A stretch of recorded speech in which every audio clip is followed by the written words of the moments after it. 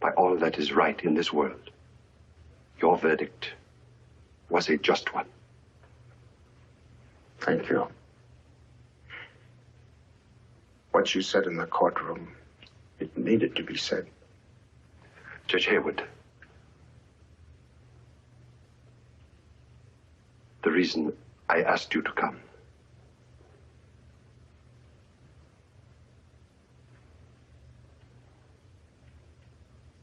those people, those millions of people, I never knew it would come to that. You must believe it. You must believe it. Hey, Yana. It came to that the first time you sentenced a man to death you knew to be innocent.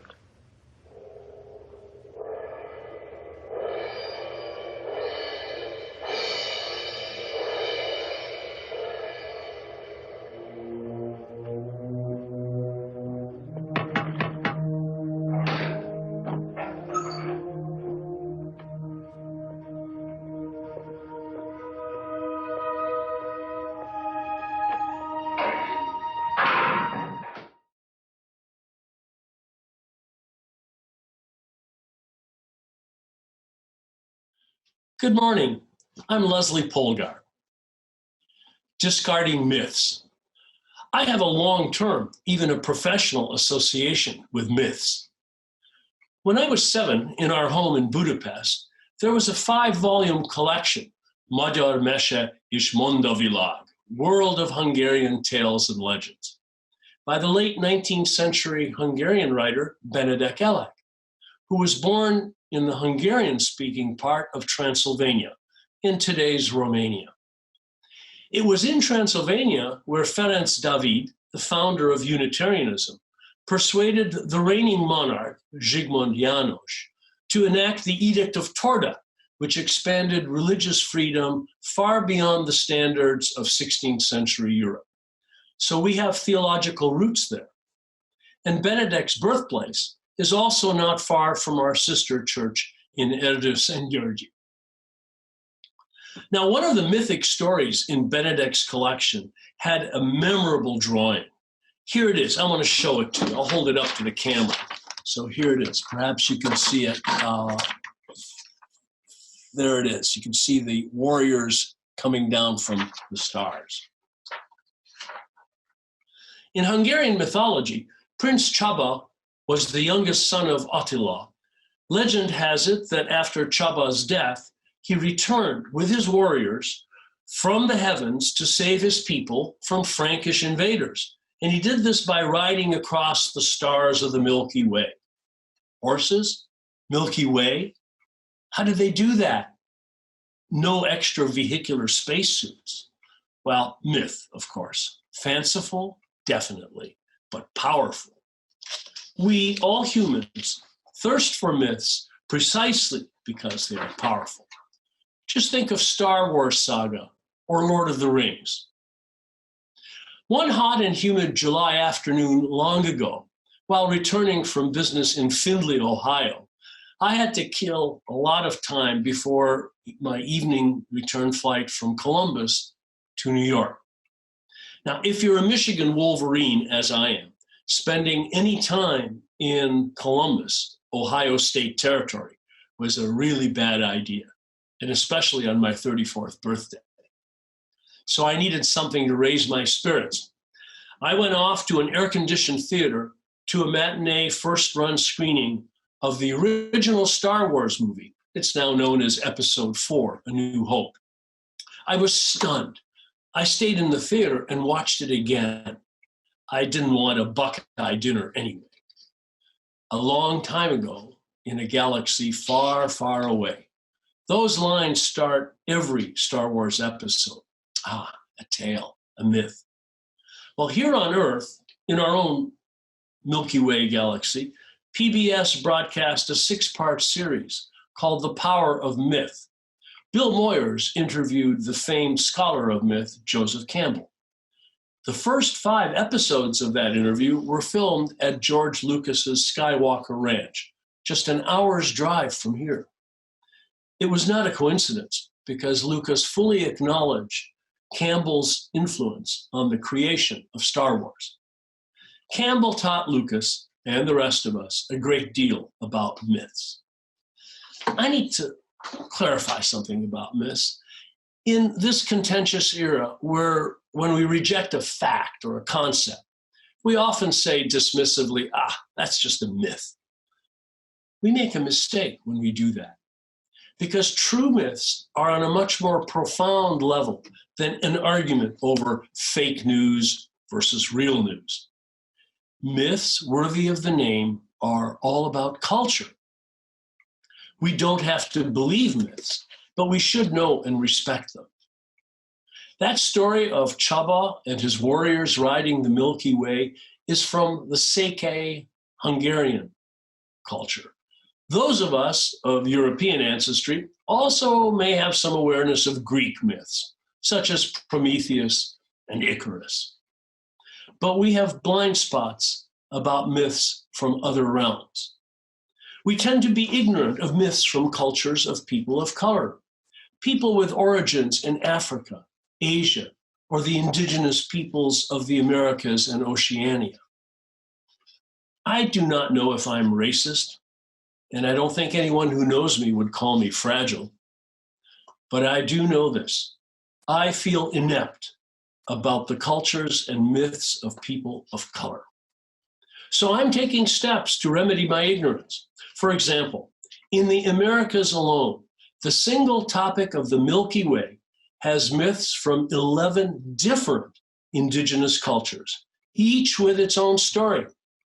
Aztec, Inca, Maya, Cheyenne, Shoshone, Seneca, to name a few. Non-European cultures can have very different modes of telling their epic tales. And this may play a role in our difficulty in getting to know them. For example, I've learned that unlike Western mythology, African myths are not usually recounted in a single narrative story. Rather, they are embedded and transmitted in ritual practice. This is a good time for us to study the myths of non-European cultures. These are worthwhile topics for our adult religious education program. Myths have a dual nature. They are universal because they are essential to our being human.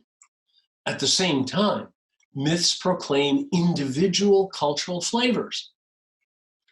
The 6 sources of our Unitarian Universalist faith do not mention myths per se, but our very first source speaks of direct experience of that transcending mystery and wonder affirmed in all cultures, which moves us to a renewal of the spirit. As a physicist, I know that science pushes the frontiers of knowledge. As a result, some myths, such as the biblical creation story, are no longer pertinent. Their scientific value is nil. But these myths still retain their power, commanding awe for the people whose shared humanity drove their various cultures to address the really big questions, beyond just a focus on daily survival. And that's heroic stuff in my book.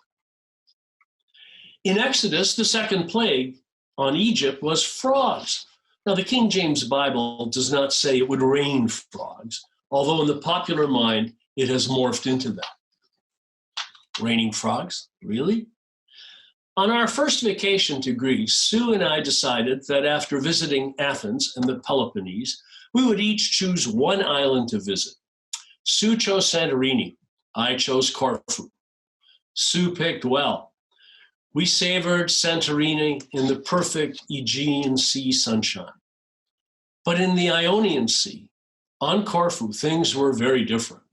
Our planned sailboat trip was delayed by a storm, such as this one. And I quote from an actual weather report, quote, "Strong winds and rainfall will spread to all of Greece throughout the weekend, with gale force winds that will also carry dust from Africa, turning rainfall into muddy rain." End of weather report. Yep, it rained mud on Corfu, covering everything about a 1/4 inch deep. We couldn't see out of the windshield of our rental car. And guess what? The mud contained lots of tiny frogs. Frogs from 500 air miles away in Africa. So some myths can turn out to be real. What about my professional relationship with myths and discarding myths? My peripatetic business career building early stage technology companies in 4 different industry segments left me little time to ponder myths. Then, an act of desperation provided a eureka moment of recognition. We were living in New Jersey in the fall of 1994, a year before we moved here. Our daughter, Sarah, was at Stanford. Good news. Her academic, athletic, and artistic talents got her admitted. Bad news. There was no scholarship. The problem was that I was into my 2nd year of unemployment after I had to close Bertram Labs, a startup firm that failed. Think, the operation went well. Unfortunately, the patient died. I wrote the somber, formal discharge letters to each employee, including myself. I offered to give good references. And then I was sending out resumes and job letters. I got interviews, but no offers. My inconvenient truth was that I was an unemployed, 51-year-old ex-president of a failed fledgling enterprise. That's not exactly what executive recruiters were seeking in a primetime candidate.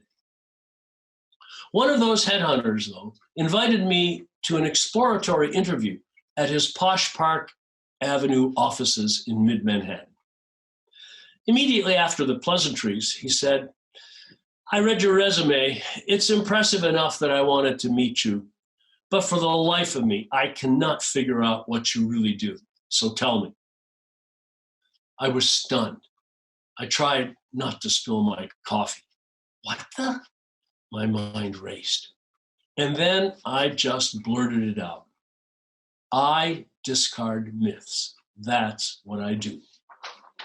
Now he was stunned. I explained that my work for these diverse startups had taught me that the barrier to their successful growth was often their clinging to a powerful assumption, a myth, about the nature of their business that was not true, or at least was no longer valid. My talent was to identify the mythic assumption and then convince the investors, and sometimes the founders too, to discard that myth and replace it. In management consultant speak, they call it strategy. But I had to do this persuading very carefully and respectfully. After all, it was usually those founders and investors who had created the faulty assumption, the myth. So I had to demonstrate that I understood why and how the founders' original myths were once valid, and only then articulate why they were no longer useful. The Park Avenue headhunter smiled. He clearly got how my career was as a discarder of old business myths and an author of new ones. And he liked the metaphor. Indirectly, perhaps, but undoubtedly, my recognition that I was a discarder of myths led to the job that brought us to Walnut Creek the following year. Most myths tell us a story about a hero. Although a myth has a culture embedded in it, the most memorable element is the hero, her life, her deeds, her journey. There's a second kind of duality here. The cultural origin of a myth is from a group, while the important moral lesson is about the individual hero. Nowadays, it is fashionable to put labels, multiple descriptors on groups. And then, using the jargon of sociology and journalism, we talk about intersectionality, thus losing the very essence of our human condition in that process. This reminds me of an idea a mentor once taught me. Trees have blemishes, but the forest is beautiful. Individuals are flawed, but humanity is beautiful. Our cinematic reading earlier today was from the movie Judgment at Nuremberg. After the verdict, the convicted Nazi journalist, Dr. Ernst Jüning, played by Burt Lancaster, seeks expiation.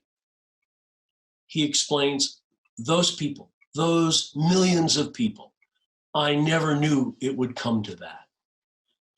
The war crimes trial's chief judge, Dan Haywood, played by Spencer Tracy, replies, it came to that the first time you sentenced a man to death whom you knew to be innocent.